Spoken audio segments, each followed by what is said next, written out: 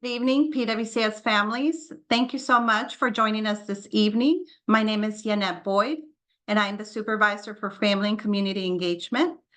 Tonight's presentation is Knowledge is Power, Attend Every Hour, the Importance of School Attendance. This presentation is being offered in the requested languages of English, Farsi, and Spanish, and will be recorded. We will turn on the interpretation globe once the slide is explained in all the requested languages. If you're on your computer, you're going to look for the interpretation button on your control bar.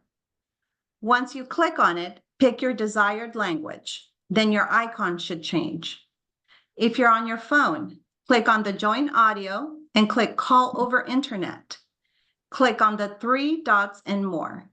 Click on Language Interpretation and click on the languages you want and done. At this time, the Farsi interpreter will read the slide. Hello everyone, my name is Ali, Farsi interpreter. روی اسلاید همونجوری که مشاهده میکنید در واقع یک سری زبانهایی رو پیشنهاد کرده. روی کامپیوترتون شماره 1 رو عنوان کرده که در واقع به دنبال کلیدی باشید برای ترجمه روی در واقع اون قسمتی که کنترل کلیدهاتون هستش. در رابطه با شماره 2 مرحله بعدی، زمانی که کلید کردید روی اون، در واقع زبان مورد نظر خودتون رو انتخاب بکنید. شماره 3 مرحله بعدی این هستش که علامتی رو که در واقع شما میبینید علامت مربوط به زبانتون هستش، میتونید با اون در واقع تغییر نسبت به زبان خودتون رو بدین. اگر که روی تلفن همراه هستین، شماره 1 در واقع مرحله اول میگه که روی قسمت جوین آدیو که در واقع میشه ملحق شدن به صدا، یعنی اگه بخواید فقط از طریق صدا باشه، اونجا رو در واقع کلیک کنید و بعدش رو قسمت کال اوور اینترنت، یعنی اینترنتی که در واقع تماس شما رو برقرار میکنه یا از طریق به صورت اینترنتی، یکی از این دو حالت رو و یا دو حالت رو در واقع کلید کنید. بعدش که این کار رو انجام دادید، روی یک قسمتی هستش 3 تا نقطه هستش در اون پایین سمت راست که مشاهده میکنید، اونجا رو باید کلیک کنید که اطلاعات بیشتری به شما میده. کلمه مور رو میبینید، یعنی بیشتر، و در نهایت روی قسمت ترجمه همزمان زبان رو در اون قسمت رو کلیک کنید و بعدش روی قسمت زبان مورد نظری رو که میخواید، به عنوان مثال مثلا حالا زبان فارسی هست یا زبان اسپانیایی هستش، اونجا رو کلیک کنید رو و در واقع انجام میشه. Thank you. At this time, we will have the Spanish interpreter read the slide. Buenas noches. Si está en su computadora, por favor busque el icono que tiene la forma del globo.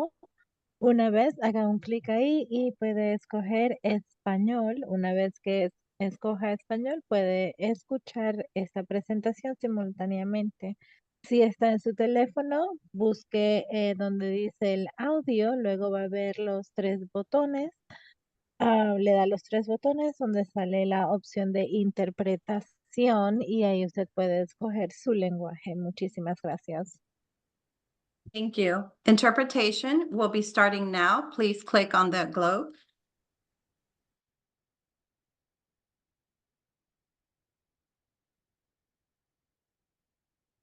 We are going to ask you to please keep your device on mute. If you have any questions, please type them in the Q&A section using the button at the bottom of the toolbar.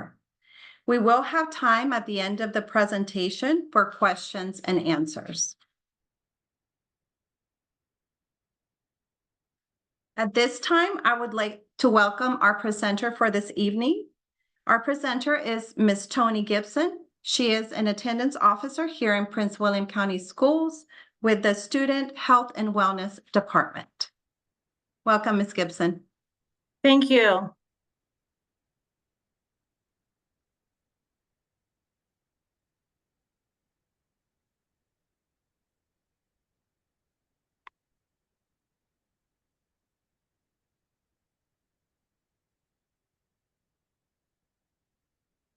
Heather's got the slide coming up. There we go.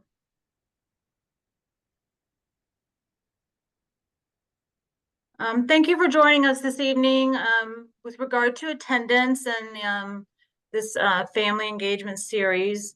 Again, I'm Tony Gibson. I'm an attendance officer in Prince William County. You can go ahead. Tonight's agenda, we will talk about why attendance is important, how attendance is handled in Prince William County, how the resources that are available, Prince William County regulations, those sort of things with regard to attendance.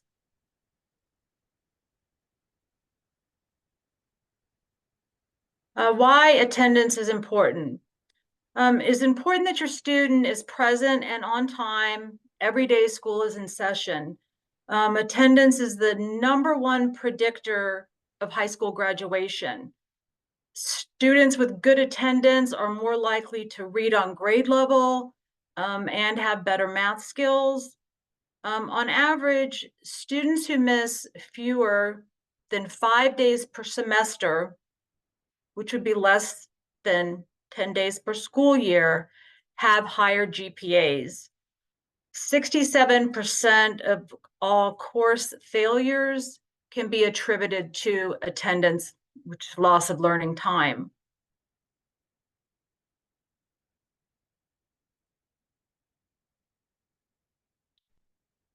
So there's a difference between truancy and chronic absenteeism.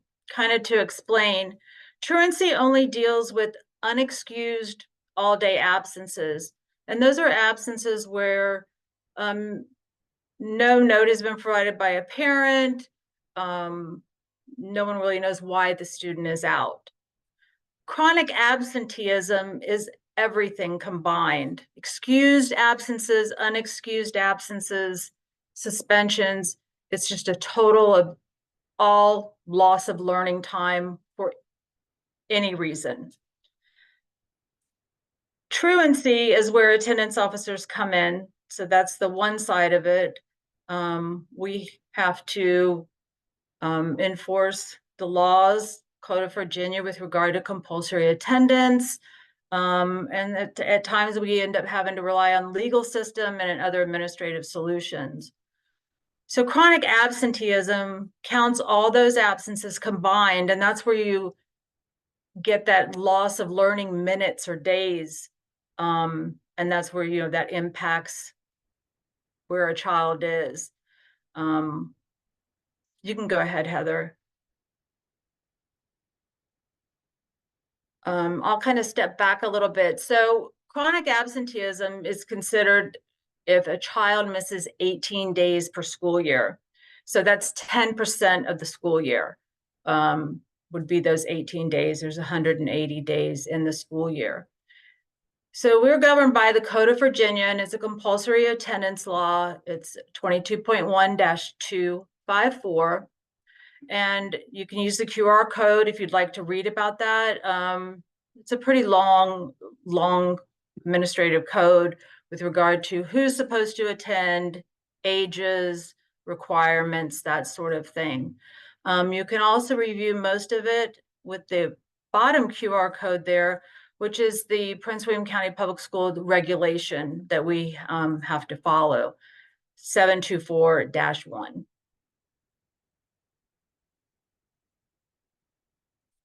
So student attendance, absences, excuses, and tardies. There's the policy 724, the school board policy that kind of is an overview of that. Prince William County School Board believes that students must attend school regularly to realize their maximum potential. PWCS follows the provisions of the Virginia Code regarding compulsory attendance for all school-age children. Those are children 6 and over until they're 18 years of age. There are designated people within each of your children's schools that can assist if you have certain concerns regarding that attendance, and they can meet with you, your student, review those kind of things, and go over the requirements for compulsory attendance. Students' absences are monitored at the school level, which is required by Virginia code. Parents should make every effort to ensure their students' regular attendance. Absences to be excused are defined in the Code of Behavior. So you can look at that Code of Behavior that's online, and it will discuss absences that can be excused. Individual schools may choose to adopt attendance awards for students.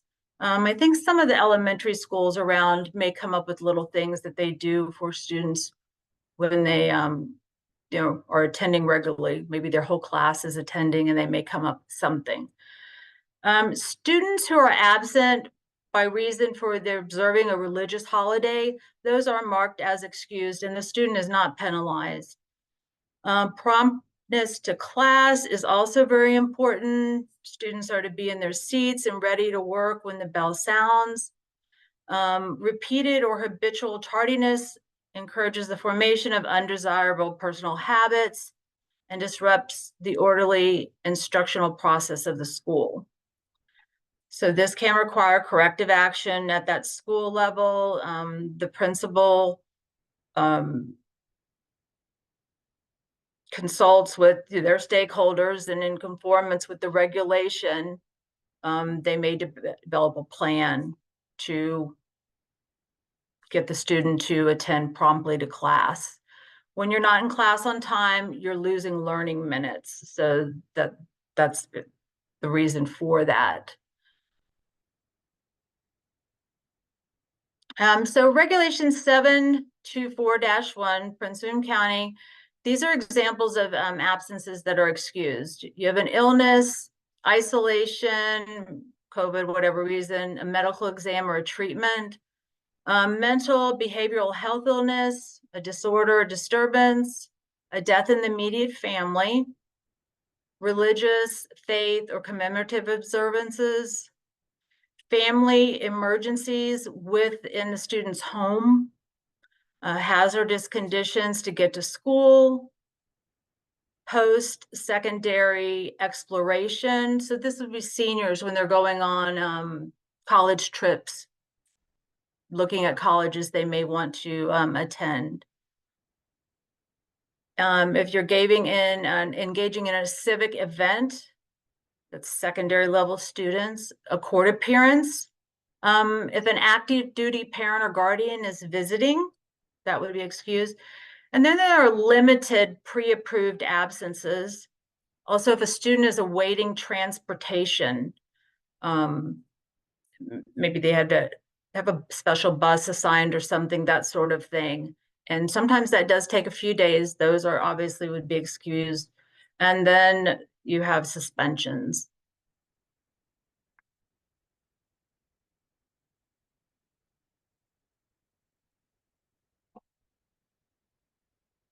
Examples of unexcused absences are all-day truancy, class truancy. So when students are skipping class, which is more in a middle school or a high school, so the secondary level where they're changing classes, missing your ride or your bus or car trouble, that is something that's not excused.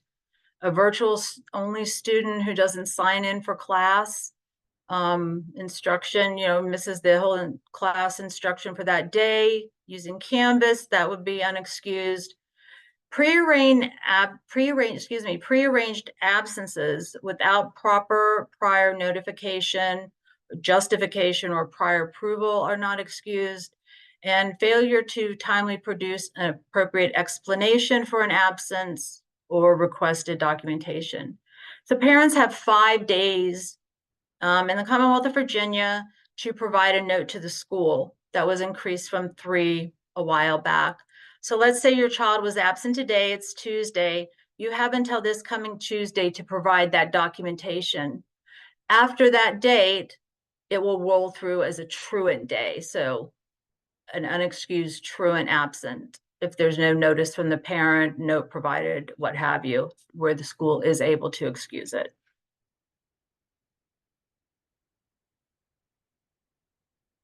When your student needs to miss school. So Call the school on the day of the absence as soon as you can to report the absence, confirm the reason in detail. The school is obligated to ensure your student is safe. So when they're not hearing from you, that is a concern. If the student has not been previously cleared by phone or email, the student must submit a written note signed by the parent to the office. A note or a doctor's note is required within 5 days, as I said, of the absence. When a phone call or a note is not received during this time, your student will be marked as unexcused.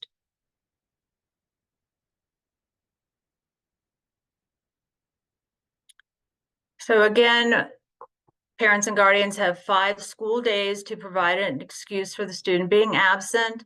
They can call the school, email, provide the school with the doctor's notes. Pretty much most of the schools, in using Parent View, may have on their home pages the procedures they're using for attendance. Maybe email, it'll provide that email address or a person's name. If there's an attendance line, they may have you call that, depending on the grade level. Students must have 5 or more unexcused absences for a meeting to be entered as an initial conference. So the Commonwealth of Virginia requires that when a child has unexcused absences, public schools are required to go through a process, kind of an intervention process, to see if there's something we can do to help the student, the family. Maybe there's something going on. Maybe the student has an illness that we don't know about, where they may need a health treatment plan, some accommodations, varying things. So when a student gets to those 5 or more unexcused absences, a meeting is held, and we call that an initial conference. So after that meeting's entered, at whatever point, when there are 2 more unexcused absences after that initial conference was held, the next meeting that is required is what we call an interagency team meeting. And that would involve an administrator, school counselor, a student, parent, social worker, attendance officer, and anyone else who may be able to assist. And that meeting is held, and it's kind of a little longer meeting to try to see if there's something else happening, something we can assist with. If at any time the school accepts notes for prior unexcused absences, so say you're in your interagency team meeting and come to find out the child had their wisdom teeth out and a note is provided, and that was absences from months prior, and the school accepts that, we would kind of start the process all over. Meetings would be changed and you would start that count over again. If a student has 10 or more excused and unexcused absences, so all absences in total, at that time, the school can require doctor's notes for all future all-day absences to be excused, and that's per regulation. Prince William County is required to withdraw any student who has been absent for 15 consecutive days, irregardless of the reason. They may be in a hospital ill, or maybe we don't know where they are. They've gone on a trip or something. When you get to that 15 consecutive days, excused, unexcused, it doesn't matter. By law, they have to be withdrawn. That's Virginia Administrative Code. So that's 8 VAC 20-110 -130.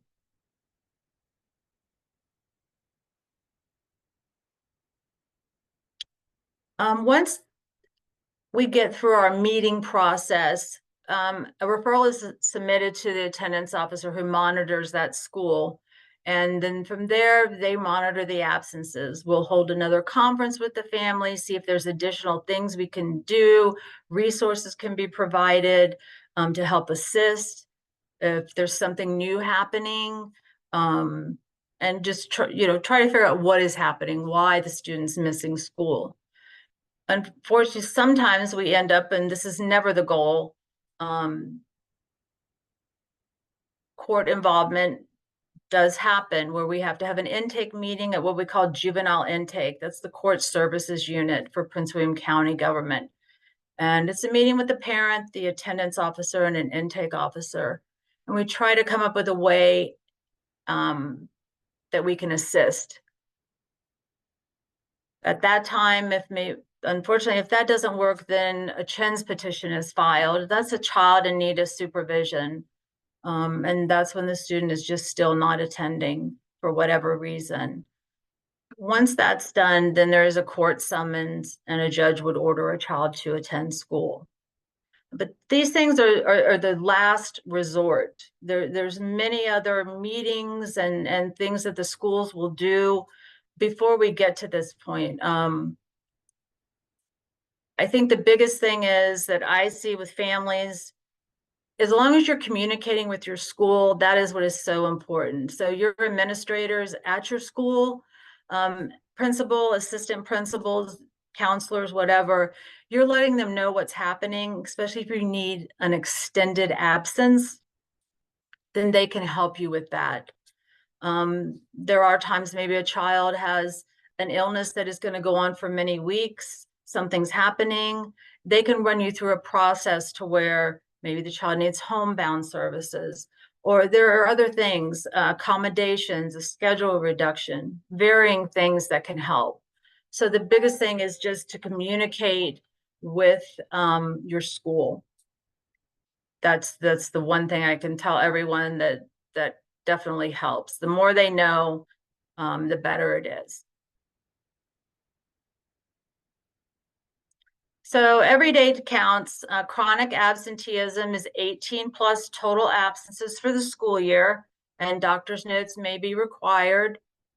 The warning signs of chronic absenteeism is 10 to 17 total absences. So you're running up right near that 18 plus.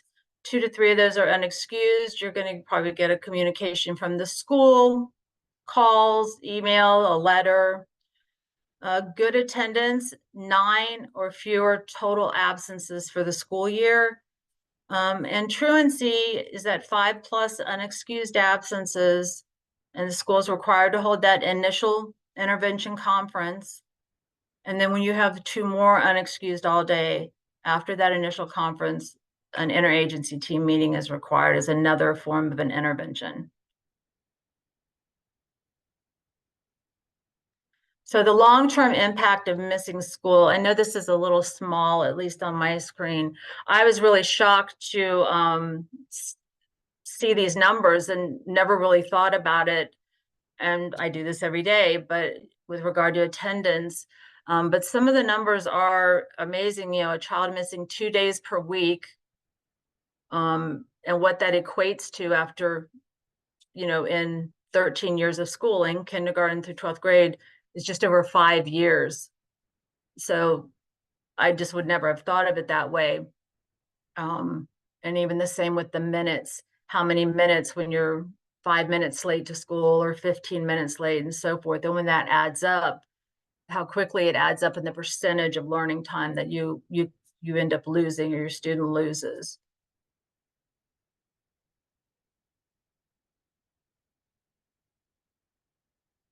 So who can help? Each school has an attendance team, and they're available to assist you and your student. So that'd be your school administrators, counselors, the school nurse, social worker, parent liaisons, even teachers. And the communities and schools liaison, there's only 7 schools, assuming with that, and I am unfortunately not familiar with that part of it. The 7 schools must not be one that I handle, so someone else might be able to speak to that and explain it a little more in detail. So ways you can help, here's the school calendar. When planning family trips, please do so when school is not in session. That is a big thing we see, especially in the beginning of the school year, kind of around the holidays, and then, you know, before school is out in May. Families will go on long extended trips. Obviously, there's an emergency. Those things happen, and that's where being in communication with your school is so important. And they can help you figure out what to do if maybe you have to go out of the country for 2 to 3 months, and what needs to be done instead of your student just being marked absent for those 15 days and then withdrawn. And then when you return, you re-enroll them. So trying to, the best you can, schedule those family trips when school's not in session. And then same with medical appointments after school, if possible, or days off that the children have that are on holiday. The more that can be done, the better. So things to remember: parent view, to receive absence notifications and verify reasons for absence and communicate directly with your child's school team. Sign up for parent view, have your account. You'll see your students' grades on there and their attendance. Everything is updated. Also make sure that the schools have your current contact information, phone number, email, address. Things change. Any changes in email address and phone number should be made directly to your school or through parent view. Address changes will need to be submitted to the main office. So that would be through the person who handles registration at your school. So to change those addresses, there are documents that they have to verify and that need to be provided. The single most important thing a parent can do, again, is make sure your child is in school every day.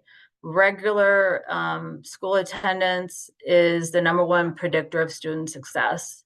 So when the student doesn't have that loss of learning time. Establish or reestablish a routine to ensure your child is on time and present every day, because every minute does count. Talk about school in a positive way. Ask your child questions about their school day. Your students should remain home if they are ill, so vomiting, fever, those kind of things. And you should contact their school as soon as possible. Again, avoid scheduling doctor or dental appointments during school hours whenever possible. Although tempting, do not schedule or extend vacations when your child will miss valuable learning time. Reach out for help if or when you and your child need it. So Dr. Tameka Martin is my supervisor, and I'm just filling in for her tonight. I'm sure she would have done this much better than I. She's a master at it. So hopefully I've explained things clearly. And then Dr. Jillian O'Callahan, she's a coordinator who helps handle dropout prevention and truancy interventions. And these are QR codes for different community resources and family resources. So thank you so much, Ms. Gibson, for this information. We do have a question in the chat, so I'm going to read it to you if you want to. Okay. Go ahead. If a child is missing some hours in school due to therapy, how do we request an IEP addendum so it does not count as an absence for a child, or can they do that? So that would depend on if the grade level. So let's say an elementary school child needs to leave early. That day is not counted against them. They come into school, they're there, and that LVE, maybe they leave early, or even if they come in late, that's an excused tardy. So they're losing a loss of minutes, but they're not missing a full day. So they're not being counted. That's not a full day absence for them. The same with, secondary. So your middle schools and your high schools, if they're needing to leave early. We have students who come to school, the parent will pick them up, they'll go to their appointment, and then they return them right back to school after. So it just depends on the situation. Definitely communicate with your school. Whoever the student's case manager is, check with them and see how they can help you with that. But the leaving early or coming in late, that is not an all-day absence. That does not go towards chronic absenteeism. That just unfortunately is a loss of learning time, the minutes that your student might need. there are any more questions, you're more than welcome to type them in the Q&A section, or you can always type them in the chat. I think for me, the key takeaways, of course, is communicate with your school. If you need help and support or resources, make sure that you touch base with them. As Ms. Gibson said, the goal is not to take you to court or anything like that. That's as a last resort.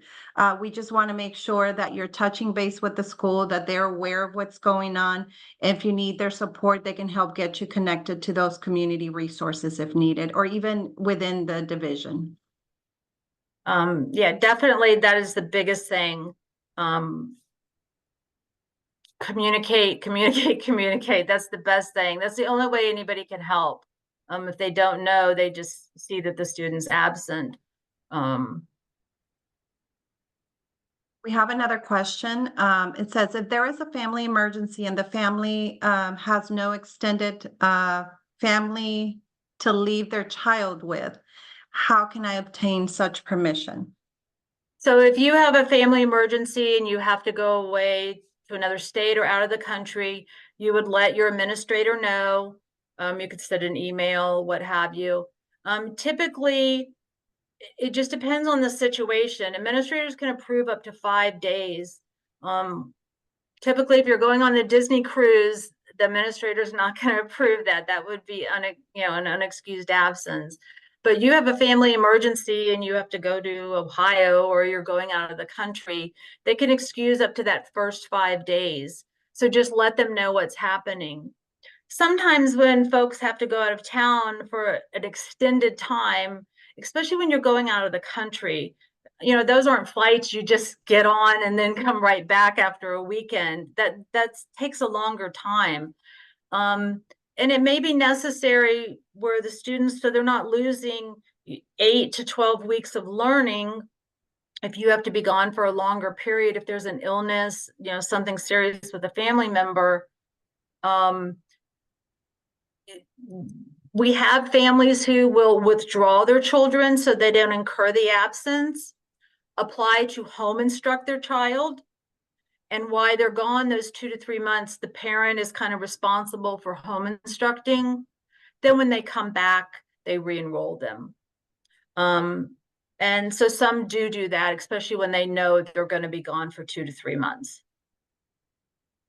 I know for me, being in the school as a school counselor, one of the things that we did with our students, especially when they weren't going to be gone as long, but maybe more than just a handful of days, you can always work something out with the school, of course, to where maybe you can get some of the schoolwork ahead of time so that they're able to work on it, and things like that. So there's different ways to get around it. But again, make sure that you communicate this to your school so that everyone is in the know. And we want to make sure that, the student is supported the best way, that the school, that the best way that we know how, especially because we would hate for them to be gone for a period of time and then come back and then they're, having a hard time catching up. And so that tends to happen. So just communication with the school is definitely key. Right. Every situation is different and there are special circumstances. While this could be outlined that this is done and this is done and this is done, there are different circumstances where something else would be done. And it's just that communication.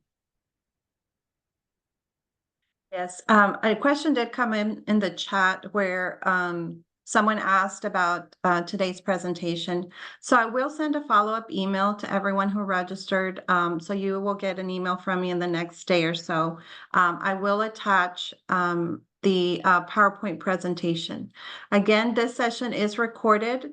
I will be sending it in for captions as well as translations. Once that is available, you can access that information on our past events website, and I'll make sure to include that in the email. So you'll have a few resources to reference to, and you can always go back. But again, you can always touch base with your school. Thank you so much, Ms. Gibson. We appreciate you. Thank you. joining I us hope I today. didn't botch it too bad. We appreciate it. Thank you We so have much. placed the survey for tonight's presentation in the chat. if you don't mind just clicking on it and giving us some feedback, so that we know, how to best, bring information, that you want and how we're doing. So we thank, we thank everyone for joining us tonight, and I hope everyone has a wonderful evening. Thank you.